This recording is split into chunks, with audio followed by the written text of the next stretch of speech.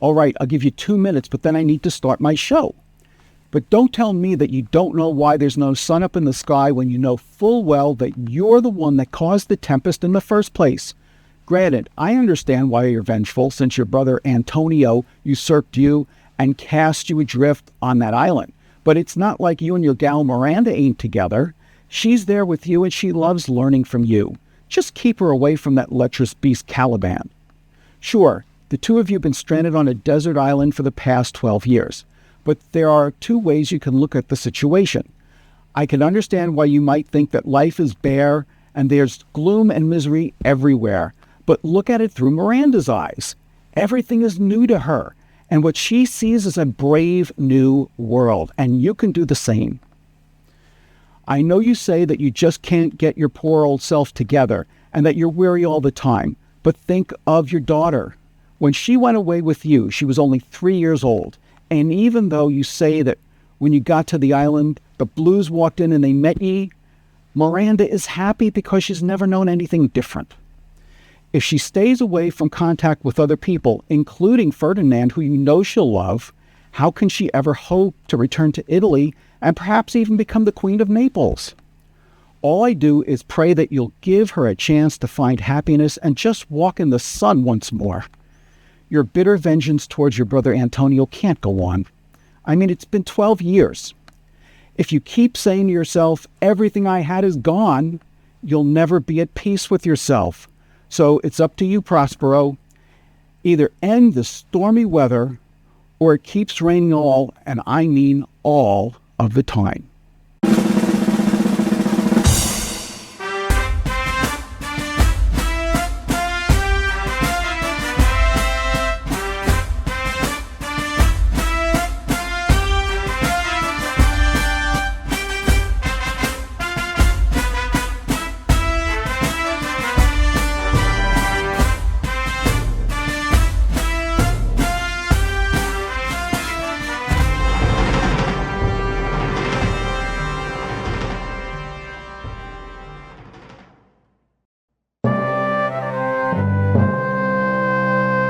In the 2005 film Bewitched, Nicole Kidman plays a witch who marries a human, but only uses her magical powers for good. In The Tempest, Prospero is a human who becomes stranded on an island and develops magical powers that he ultimately decides to use for good. So prepare your mind to enjoy this fantasy, and let's take a look at the plot. This play starts dramatically with the ship being tossed around by waves in a violent storm. On board the ship is King Alonso of Naples, who is heading home from his daughter Claribel's wedding in Tunis. He is accompanied by his son Ferdinand and his friends Sebastian, Antonio, and Gonzalo. As the storm worsens, the boatswain asks the noblemen to stay in their cabins and out of harm's way so that the crew can keep the ship safe. There are many cries of panic and prayer as the ship begins to sink. Meanwhile, on a nearby island, Miranda and her father Prospero watch the storm.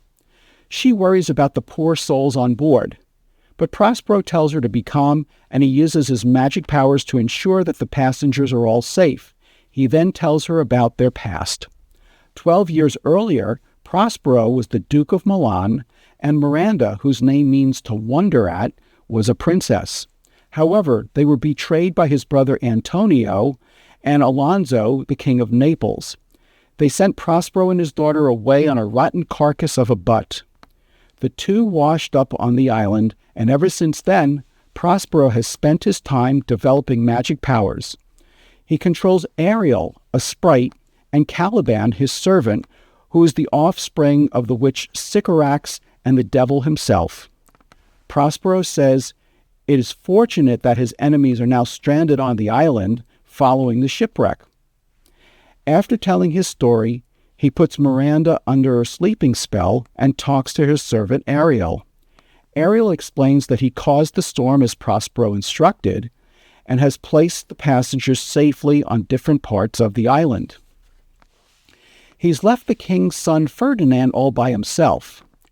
Ariel asks Prospero again for his freedom in return for all the worthy service he's done for him, and Prospero agrees to set him free after 2 more days and has Ariel remain invisible to everyone else.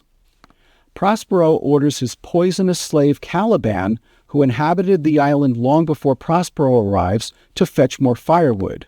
Now keep in mind, he treated Caliban very fairly up until the time he tried to ravage his daughter Miranda.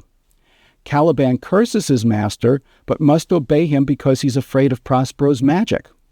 Meanwhile, Ariel uses magical music to lure Ferdinand to Prospero, and when Miranda first sees him, she's convinced he's a spirit, and the two fall instantly in love. Alonso, who is the king of Naples, Sebastian, his brother, Antonio, Prospero's brother, and Gonzalo, a kind nobleman who was compassionate and sympathetic when Prospero was being usurped, are stranded on another part of the island. Alonso is upset because he believes his son is dead. Ariel, who is invisible to the other characters, plays solemn music and sends everyone to sleep apart from Alonso, Sebastian, and Antonio. Alonso starts to feel drowsy, and the others promise to guard him while he takes a rest. Antonio suggests that this is an opportunity for Sebastian to become king. With Ferdinand believed to be dead and the king's daughter married in Tunis, Sebastian would be next in line to rule Naples. They draw their swords, planning to kill Alonso and Gonzalo while they sleep. But Ariel returns and awakens Gonzalo and the king just in time to prevent the attack. Meanwhile, Caliban is collecting wood and cursing Prospero as he does so. When Trinculo, the ship's jester, appears, Caliban hides under his cloak. Trinculo wonders whether the monster under the cloak is an islander. When the storm starts up again, he decides to take shelter under Caliban's cloak. Stefano, the ship's butler, arrives drunk and singing. He thinks the cloak hides a monster with 4 legs and pours wine into Caliban's mouth. Trinculo recognizes Stefano, and Caliban praises Stefano, calling him a god. Caliban promises to show them all the best parts of the island and to serve them faithfully. Meanwhile, Ferdinand is collecting logs and working hard to prove to Prospero that he is a worthy match for his daughter. Miranda proposes marriage to Ferdinand, and he accepts. By the way, this would be highly unusual back then. Trinculo, Caliban, and Stefano all get drunk. Caliban pledges his allegiance to Stefano and persuades him to kill Prospero and become lord of the island. They plot to approach Prospero during his afternoon nap and brain him after taking his books. Caliban says that Stefano could take Prospero's beautiful daughter as his queen of the island. Ariel overhears the plan and declares that he will tell his master. While Alonso and his party continue to search for Ferdinand, Prospero prepares an imaginary banquet for them. Prospero consents that Ferdinand may wed his daughter Miranda, but insists that they must be officially married. Prospero asks Ariel to bring all the spirits together and prepare a celebration for the couple. A series of nymphs appear to Miranda and Ferdinand. Ariel makes beautiful clothes appear to distract Stefano and Trinculo. As they marvel at the clothes, Caliban is frustrated that they've missed their opportunity to kill Prospero. Ariel tells Prospero that King Alonso and his followers are all deeply disturbed by the earlier magical vision. Moved with compassion, Prospero sends Ariel to get them. Alonso, Sebastian, and Antonio are all shocked to find Prospero alive and well and living on the island. Prospero confronts each of the men, first rebuking them for their past sins and then forgiving them.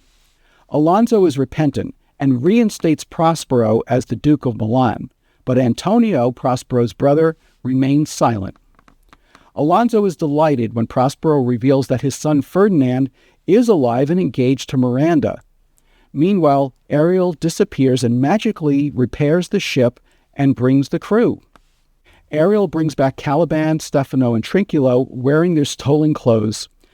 Prospero forgives Caliban and, keeping his promise, sets him and Ariel free. In the epilogue, Prospero vows that he is finished with magic and asks the audience for his forgiveness and freedom. When we return, we'll look at some of the remarkable characters in The Tempest.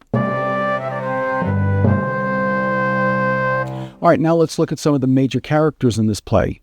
Prospero is the rightful Duke of Milan, who has been exiled for the past 12 years when his brother Antonio usurped him and cast him and his daughter Miranda out to sea to fend for themselves or to die in peril upon the waves.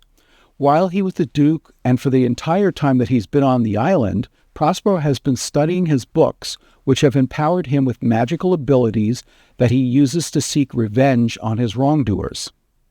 Miranda is Prospero's daughter, who is now 15 years old. She's never seen another human being except her father since they've been on the island. It's Prospero's wish that she marry Ferdinand, the son of Alonso, the king of Naples, even though Alonso helped Prospero's brother to usurp him. Ariel is a spirit who Prospero employs for his own purposes after having freed him from a cloven pine in which he had been imprisoned for 12 years by the blue-eyed witch Sycorax, the mother of Caliban. Although he longs for freedom, Ariel serves Prospero faithfully and consistently throughout the entire play. Caliban, however, is the misshapen offspring of Sycorax and the devil.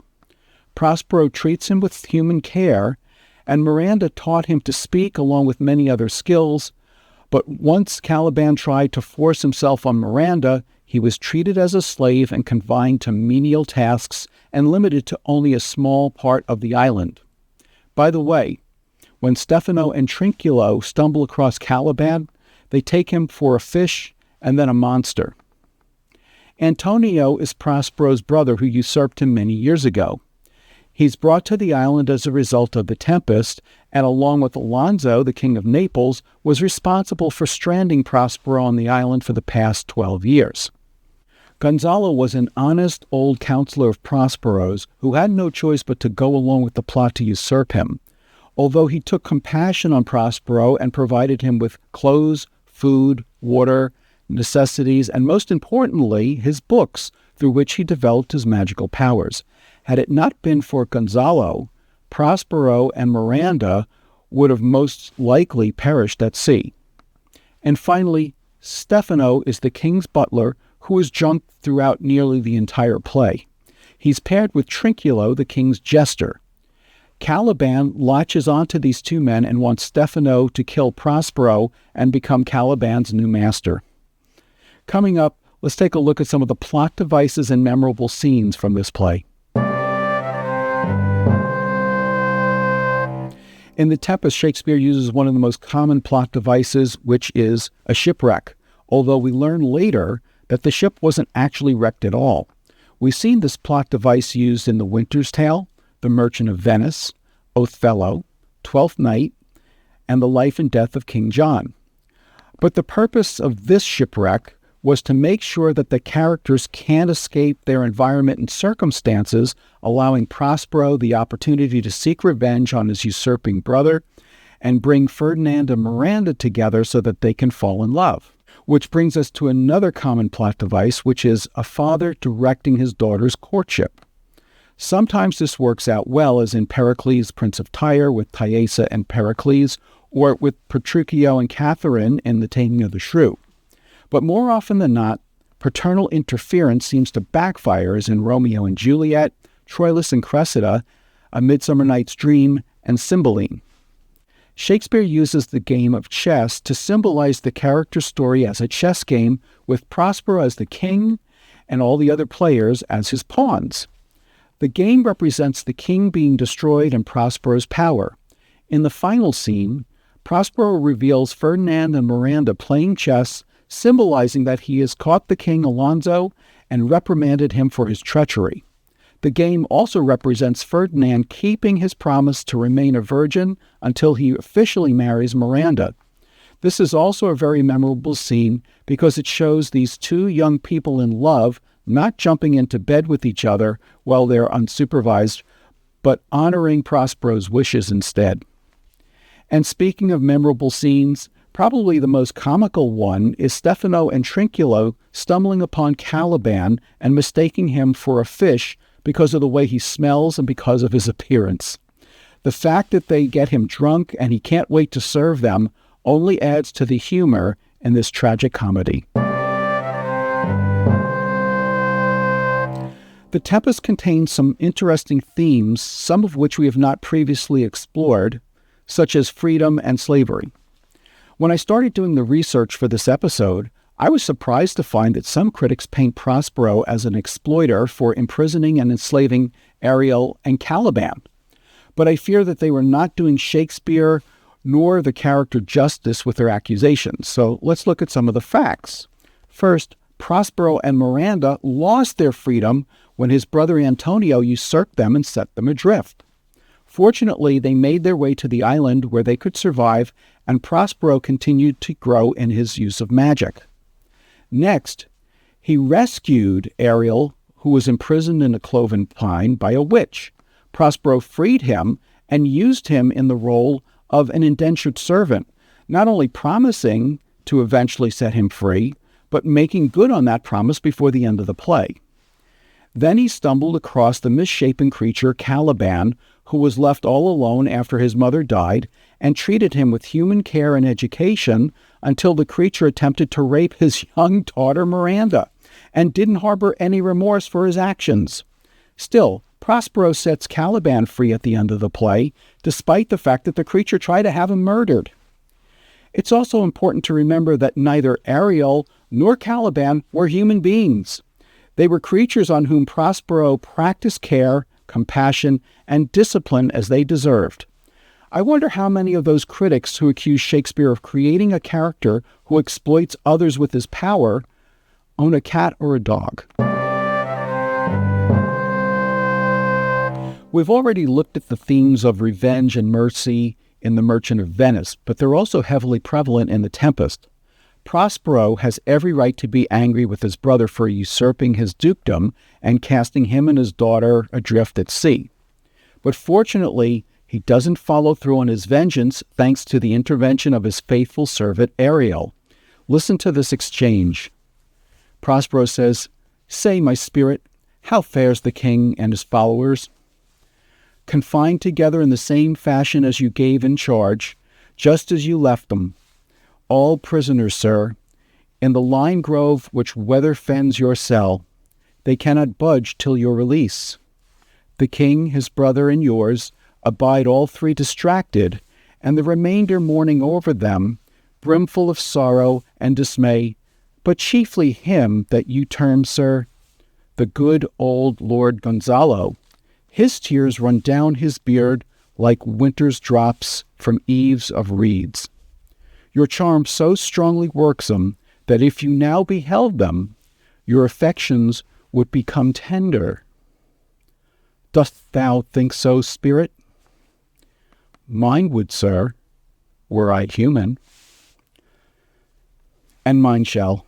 Hath thou, which art but air, a touch, a feeling of their afflictions, and shall not myself, one of their kind, that relish all as sharply passion as they, be kindlier moved than thou art? Though with their high wrongs I am struck to the quick, yet with my nobler reason 'gainst my fury do I take part. The rarer action is in virtue than in vengeance. They being penitent, the sole drift of my purpose doth extend not a frown further. Go, release them, Ariel. My charms I'll break, their senses I'll restore, and they shall be themselves." It's interesting that Shakespeare uses a spirit, Ariel, to remind Prospero of the importance of compassion and forgiveness. Also in Act 5, Scene 1, after Prospero decides to show mercy on his wrongdoers, he vows to abandon his magic. Ye elves of hills, brooks, standing lakes, and groves, and you that on the sands with printless foot do chase the ebbing Neptune, and do fly him when he comes back, you demi-puppets, that by moonshine do the green sour ringlets make, whereof the yew not bites, and you whose pastime is to make midnight mushrooms that rejoice to hear the solemn curfew. By whose aid, weak masters though you be, I have bedimmed the noontime sun, called forth the mutinous winds, and twixt the green sea and the azured vault, set roaring war, to the dread rattling thunder have I given fire, and rifted Jove's stout oak with his own bolt. The strong base promontory have I made shake, and by the spurs plucked up the pine and cedar. Graves at my command have waked their sleepers, oped and let 'em forth by my so potent art. But this rough magic I here abjure, and when I have required some heavenly music, which even now I do, to work mine end upon their senses that this airy charm is for, I'll break my staff, bury it certain fathoms in the earth, and deeper than did ever plummet sound, I'll drown my book. We see here that Prospero, who first got lost in his books, then used his books to seek vengeance on his enemies, eventually resists the urge to punish them, and vows to destroy the means of his magical powers so that neither he nor anyone else will use them in the future. When we get back, we'll look at some of Shakespeare's most powerful lines in The Tempest. Now let's take a look at some of Shakespeare's most powerful lines. Some of them in The Tempest are still very well known today to people who have never read a Shakespeare work. In Act 5, Scene 1, we hear Miranda say, upon seeing the rest of the ship's castaways, "Oh, wonder, how many goodly creatures are there here! How beauteous mankind is! Oh, brave new world that has such people in it!" The innocence of this 15-year-old girl, removed from society since her infancy, has her believe that people are as good as they appear. And her father Prospero replies, "'Tis new to thee," because he's older and wiser, and he knows that's not always the case. We also hear Trinculo say, "Misery acquaints a man with strange bedfellows," which is a common expression even today, only it's been modified to "politics make strange bedfellows."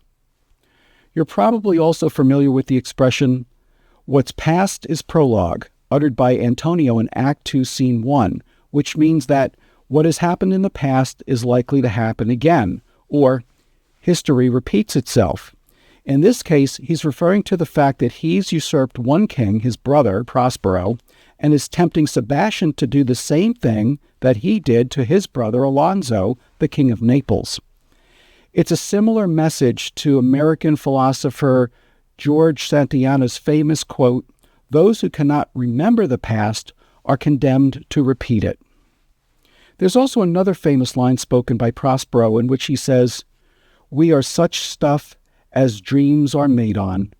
This has come to describe something magical, usually in a motion picture, a tabloid story, or an incredible come-from-behind victory in sports, and paraphrase, "This is the stuff dreams are made of." And let's finish this section by looking at Prospero's remarks in Act 5, Scene 1, as he talks to King Alonso and the others. "Sir, I invite your highness and your train to my poor cell, where you shall take your rest for this one night, which part of it I'll waste with such discourse as, I not doubt, shall make it go quick by, the story of my life, and the particular accidents gone by since I came to this isle. And in the morn I'll bring you to your ship, and so to Naples, where I have hoped to see the nuptial of these our dear beloved solemnized, and thence retire me to Milan, where every third thought shall be my grave." Here we see Prospero, who has suffered unjustly for the past 12 years, live to be reinstated to his former position. His battles have been fought and won. Now he's tired, and he takes solace in the happiness of his daughter and her future role as the Queen of Naples. Like King Lear, he's ready to retire and live out the remainder of his life in solitude. When we return, we'll look at some of the major turning points and correlations in Shakespeare's plays. The first major turning point in The Tempest is when the ship carrying Prospero's enemies comes close enough to the island that he can strand them on shore. This is an event that has been 12 years removed from his usurpation, so his bitterness has had a long time to develop. Certainly, had Ariel not influenced him, Prospero could have turned The Tempest into a tragedy with his vengeance. I would also characterize Ariel's persuasion of Prospero to show mercy to his enemies as the major turning point of the entire play. Now, let's look at some correlations to other Shakespeare plays. Gonzalo's speech about excelling in the Golden Age is very reminiscent of Duke Sr.'s speech about living in the Forest of Arden in As You Like It. Listen to what Gonzalo has to say in Act 2, Scene 1. "Seat you, sir, be merry. You have cause, so have we all, of joy, for our escape is much beyond our loss. Our hint of woe is common. Every day some sailor's wife, the masters of some merchant, and the merchant have just our theme of woe. But for the miracle, I mean our preservation, few in millions can speak like us. Then wisely, good sir, weigh our sorrow with our comfort." And then he begins to describe his perfect utopian society under his government. In the Commonwealth, I would by contraries execute all things. For no kind of traffic would I admit, no name of magistrate, letters should not be known, riches, poverty, and the use of service, none. Contract, succession, born, bound of land, tilth, vineyard, none. No use of metal, corn, or wine, or oil, no occupation, all men idle. And all women too, but innocent and pure, no sovereignty. All things in common nature should produce, without sweat or endeavor, treason, felony, sword, pike, knife, gun, or need of any engine would I not have. But nature should bring forth of its own kind all foison, that's abundant harvest, all abundance to feed my innocent people. I would with such perfection govern, sir, to excel the Golden Age. When Antonio is asked by Sebastian if his conscience ever bothers him for usurping his brother, he replies, "Aye, sir, where lies that?" It's very similar to Falstaff's Catechism about Honor, who dismisses it as inconvenient in Henry IV, Part 1. It also smacks of the casualness that Richard III utters about Lady Anne. "I'll have her, but I will not keep her long." This after having won Anne's hand in marriage, which was no small feat, considering he murdered her husband and father-in-law, King Henry VI. As we've seen in the life and death of King John, Henry V, Richard III, and Henry VIII, marriages between opposing factions can create strong alliances. In The Tempest, we see Prospero give his daughter's hand in marriage to Ferdinand, thus creating a strong union between Milan and Naples going forward. Here's Prospero's "Our revels all have ended" speech. This is Act 4, Scene 1. "Our revels now have ended. These, our actors, as I foretold you, were all spirits and are melted into air, into thin air. And like the baseless fabric of this vision, the cloud-capped towers, the gorgeous palaces, the solemn temples, the great globe itself, yea, all which it inherit, shall dissolve, and like this insubstantial pageant faded, leave not a rack behind. We are such stuff as dreams are made on, and our little life is rounded with a sleep." It's interesting that even though The Tempest was not originally performed at the Globe Theatre, Shakespeare chose to reference the great globe itself in this moving passage. And finally, Shakespeare closes his play with one of the major characters delivering an epilogue. In this case, it's Prospero, but he's done it in the other plays like Rosalind in As You Like It and Puck in A Midsummer Night's Dream. But unlike in the other plays, Prospero is not looking for thanks for entertaining the audience. He's asking for forgiveness for having them watch him endure his struggles. Now my charms are all o'erthrown, and what strength I have's mine own, which is most faint. Now 'tis true, I must be here confined by you, or sent to Naples. Let me not, since I have my dukedom got, and pardon the deceiver, dwell in this bare island by your spell, but release me from my bands, with the help of your good hands. Gentle breath of yours my sails must fill, or else my project fails, which was to please. Now I want spirits to enforce, art to enchant, and my ending is despair unless I be relieved by prayer, which pierces so that it assaults mercy itself and frees all faults. As you from crimes would pardoned be, let your indulgence set me free. I also find it interesting that in The Tempest, As You Like It, and A Midsummer Night's Dream, Shakespeare creates a setting where many of the characters reveal or discover who they really are in the freedom of the wilderness and the great outdoors. When we get back, we'll look at some interesting facts about The Tempest. In doing some research for this episode, I came across some interesting facts about The Tempest. According to University of Virginia professor Paul Cantor, mariners who have read the boatswain's instructions at the beginning of the play said that they have confirmed that they were the exact right instructions for those circumstances, meaning Shakespeare practiced remarkable attention to detail to ensure that anyone knowledgeable about navigation would appreciate Shakespeare's efforts and credibility. Caliban says that Prospero and Miranda taught him many things, including how to name the bigger light and how the less. This most likely is a reference from Genesis chapter 1, verses 3 to 5, which reads, "And God said, Be light made, and light was made. And God saw the light that it was good. And he divided the light from the darkness, and he called the bright light day, and the darkness night." This would indicate that the Bible was one of the books Prospero had on the island. Many scholars feel that Shakespeare made Prospero an autobiographical character because The Tempest was his last play, and he was saying goodbye to his audience. However, The Tempest was not his last play. According to E.K. Chambers, Henry VIII and The Two Noble Kinsmen were both written after The Tempest. And as an author of 27 books myself, I can tell you that you always put yourself into your characters.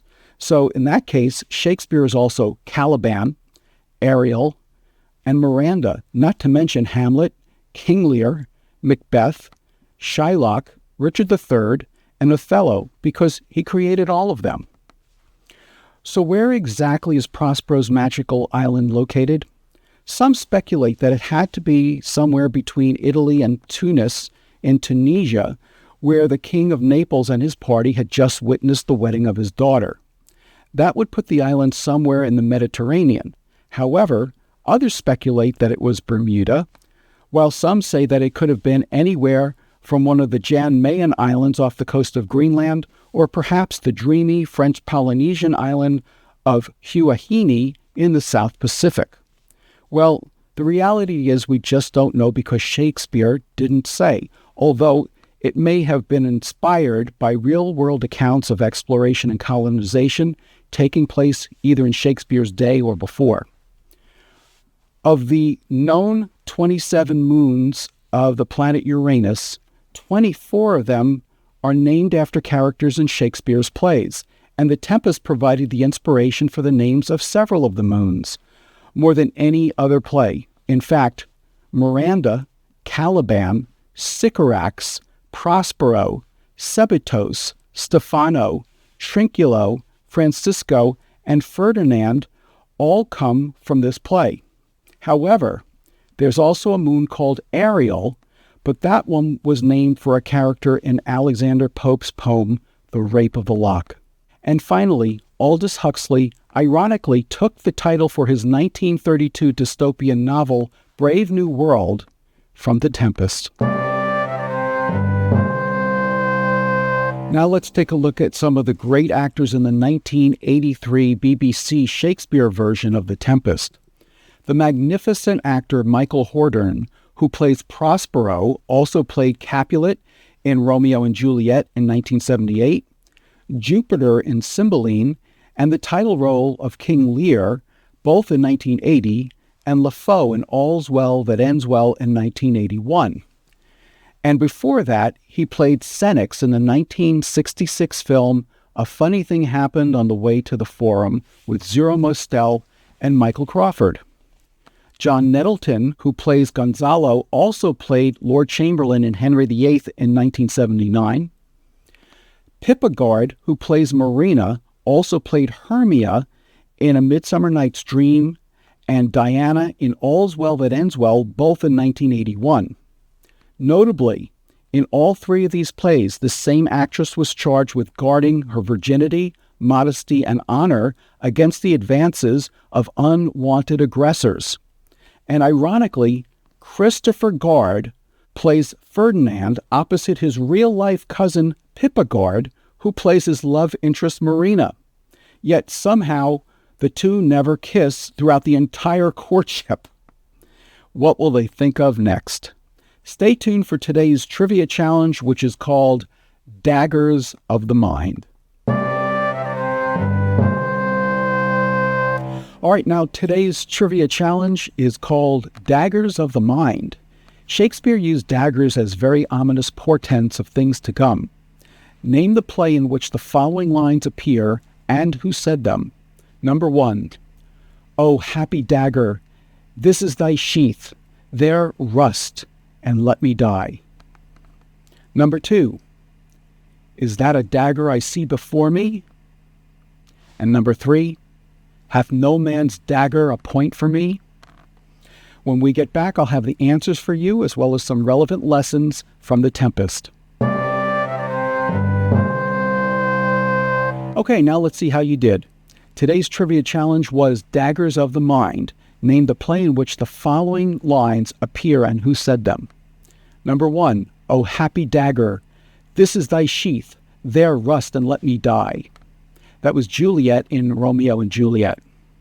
Number 2, "Is that a dagger I see before me?" That was Macbeth from Macbeth. And number 3, "Hath no man's dagger here a point for me?" That was Leonato from Much Ado About Nothing. Now, let's take a look at some of the relevant lessons from The Tempest. First, seek personal and professional balance.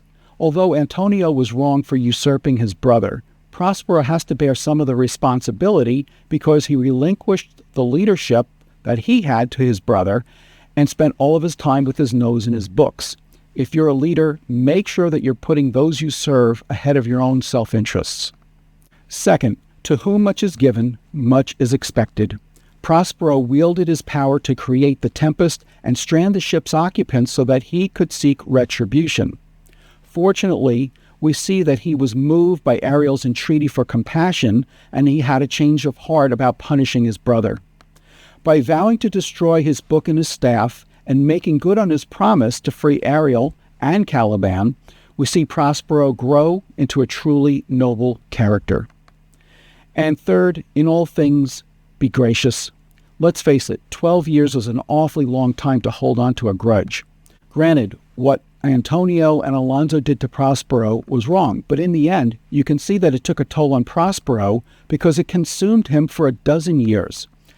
Life gets infinitely easier when we learn to forgive faster. So don't let the sun go down upon your anger.